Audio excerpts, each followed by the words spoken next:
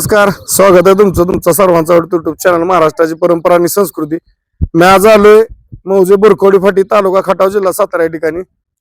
दिनांक 10 जून 2026 रोजी स्वर्गीय पंढरीनाथ जगनशेठ फडके दादा सरकार वगैरे पनवेल यांच्या स्मरणार्थ भव्य दिव्य ओपनचं जंगे मैदान आहे. विकास आबा जाधव मित्र पर्वावर आयोजित मैदान आहे. तिसऱ्या पर्वातलं तिसरा आमदार केसरी. त्या मैदानाचा आढावा घेण्यासाठी आपल्यासोबत या ठिकाणी आयोजक आहेत, मित्र पर्व आहेत. आता सगळेच ओळखीचे आहेत तुमच्या. एकंदरीत जाणून घेऊ कसं नियोजन आहे 10 जूनचं. बापू नमस्कार. नमस्कार. काय सांगाल, तिसरं पर्व आहे शेठच्या स्मरणार्थ, कसं नियोजन आहे वर्षी?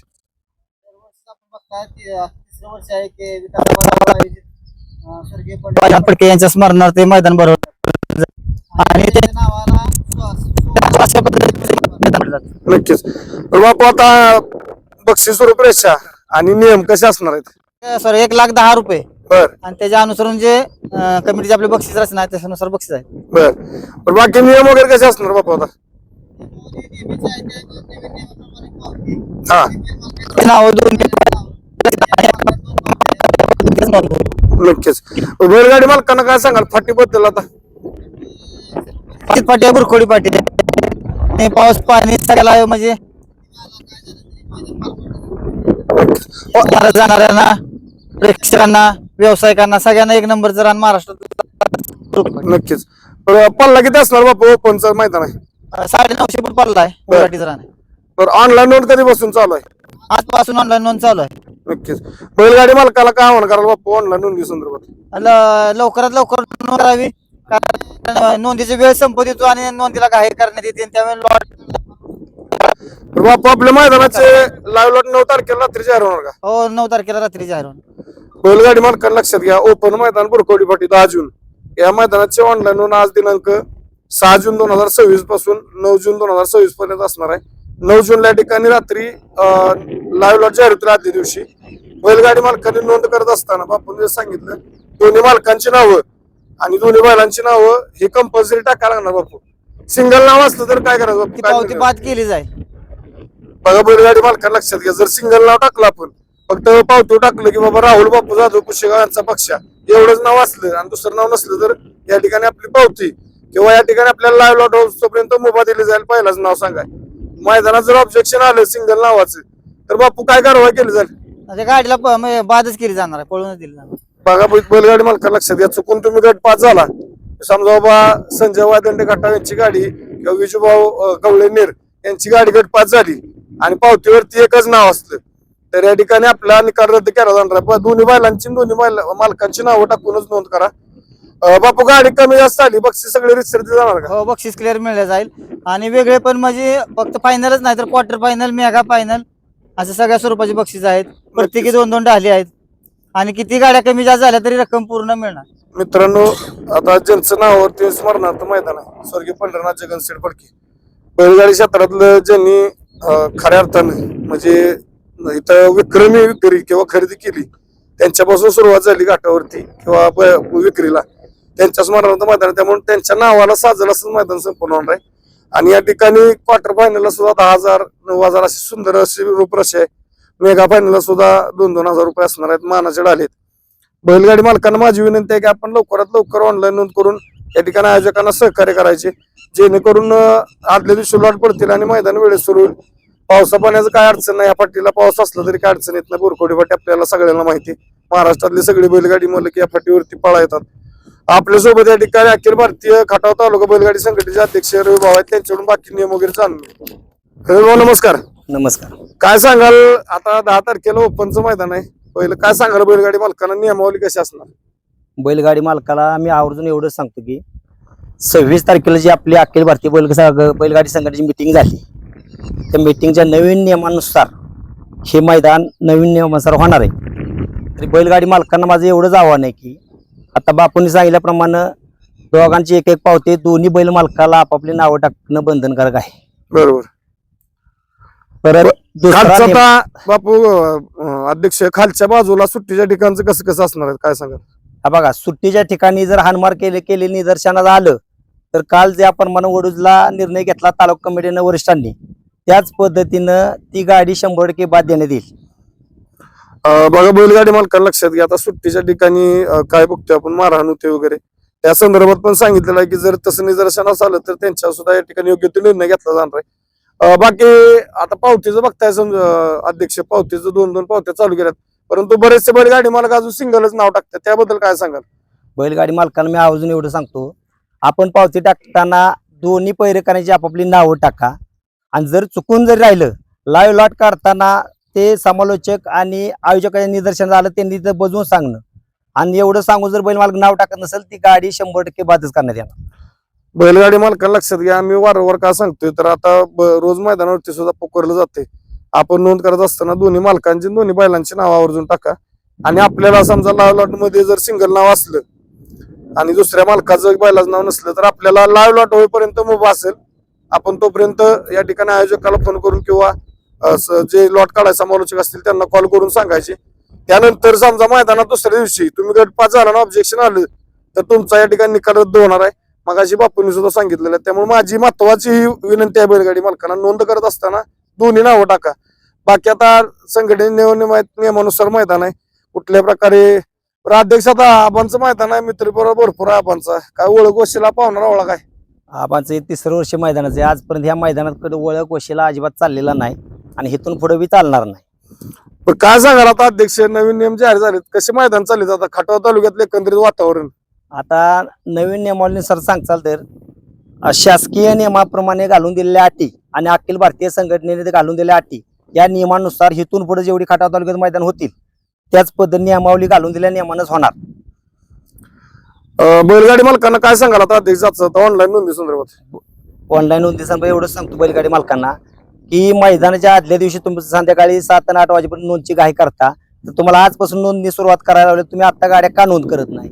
तुम्ही जरी तुमच्या पायऱ्याची अडचण असेल तरी संध्याकाळी 8 वाजे लॉट निघायच्या आत तुमचं सगळं नियोजन करून 8च्या आतच गाड्या सगळ्या नोंद केल्या पाहिजेत. तुम्ही 8 नंतर आयोजकांना फोन करता आता गाडी नोंद घ्या, पण त्याचं ही चालत नाही, मोबाईल नेट कमी असतं, सगळ्या गोष्टी अडचणी येतात. परत तुम्ही म्हणता लॉट उशिरा का निघला, आम्हाला झोपाय टायमिंग नाही, आम्ही बघणार कधी लॉट, गाड्या कधी अड्ड्यात जाऊन पळवणार. ही सगळी बैलगाडी मालकाची चूक आहे, ह्यात आयोजकाची अजिबात चूक होत नाही.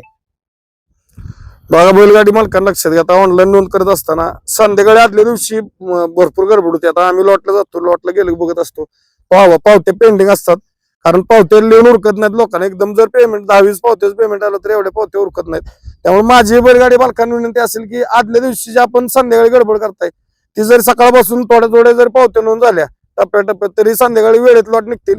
आणि लॉट लवकर निघले की लवकर निघले की मैदानात सकाळ लवकर यायला येतं. त्या अनुषंगानं माझी विनंती राहील, आपण लवकरात लवकर या ओपन मैदान बुरकोडीपाटी या मैदानाचे ऑनलाईन करून आयोजकाला या ठिकाणी सहकार्य करायचे.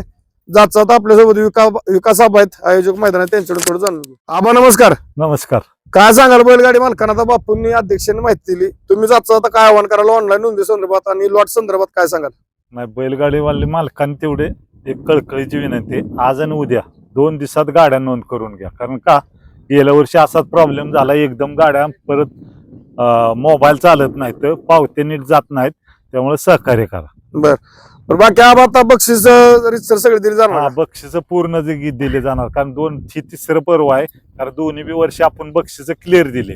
नक्कीच, कारण बैलवाले सगळ्या माहित आहे. जाता आबा आता ज्यांच्या स्मरणार्थ मैदान आहे त्यांच्याबद्दल काय सांगाल 2 शब्द? नाही, कारण पंढरीशेठ फडके हे घाटावर पहिल्यांदा आले ना, त्यांचा म्हणजे जवळचा मित्र मानल्यात काय अर्थ नाही. जवळचा मीच एकमेव पहिली व्यक्ती होती घाटावर आल्यापासून. बर 2005-06 साली ते आले, 2007 आणि 2008 साली पुशेगावच्या हिंदकेसरी मैदानात त्यांची गाडी माझ्या नावावर पडली. त्यावेळेस त्यांनी 2 नंबर, दोन्ही बी वर्ष 2-2 नंबर केले. बापू जाधवाच्या गाडीने 1 नंबर त्या वर्षी केला आणि आम्ही 2 नंबर केले. तेव्हापासून शेठचा आपल्यावर पूर्णपणे विश्वास होतो. कारण म्हणजे अशी बरीच माणसं आहे ती की नवीन शेठ आला की नवीन धरते, तसं आम्ही नाही. आम्ही एकमेव 10 सरकारचा आहे, पहिल्यापासून कायम राहणार. स्वभाव वैशिष्ट्य काय सांगा शेठचं थोडक्यात? कारण आता भरपूर शेठच्या स्वभावाला तोडच नाही, कारण का माहिती आहे, शेठ सारखा रॉयल माणूसच. आणि विक्रमी आबा जे बैलांना विक्री झाले त्या शेठ मुळे झाल्या, म्हणजे पहिल्यापासून बघतोय आपण शेठनी विक्रमी दर किंवा खरेदी करताना भरपूर खरेदी केल्या, त्याबद्दल थोडक्यात काय सांगाल?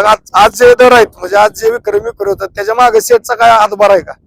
पूर्णपणे त्यांचाच आशीर्वाद आहे ते. कारण पहिला पंढरी शेठ फडकेनीच पहिली मला वाटते उंबरमालचा रंजा म्हणून बैल घेतला होता. बर. तेव्हा मला वाटते 2005-06 साली तो बैल त्यांनी 6-6.5 लाखाला घेतला होता त्यावेळेस. मग आता त्याची रक्कम बघा किती होती. म्हणजे नक्कीच. पहिला बैल सगळ्यात हायेस्ट घेतलेला तो रंजा म्हणून बैल उंबरमालचा. घाटावला पहिला सगळ्यात मोठा व्यवहार झाला. हा सगळ्यात मोठा व्यवहार झाला. बघा मित्रांनो, म्हणजे बैलगाडी क्षेत्रात काय कमवून गेले तरी फडके शेठचं नाव अजरामर राहिले का, त्याचं मागं कारण थोडक्यात आबांनी सुद्धा सांगितलं. आणि जेवढे आता आपल्याला मुलाखती दिसत आहेत, विजूभाऊ असतील, अनिल भाऊ असतील, अध्यक्ष आहेत, बापू आहेत, संजू भाऊ आहेत, श्यामशेठ आहेत, बरेच राकेश भाऊ आहेत, सगळ्यांनी बघितलेला तो माणूस आहे. आणि सगळ्यात जास्त संबंध आला असतं तर फडके शेठचं खटाव तालुक्याचा संबंध जास्त राहील. हो.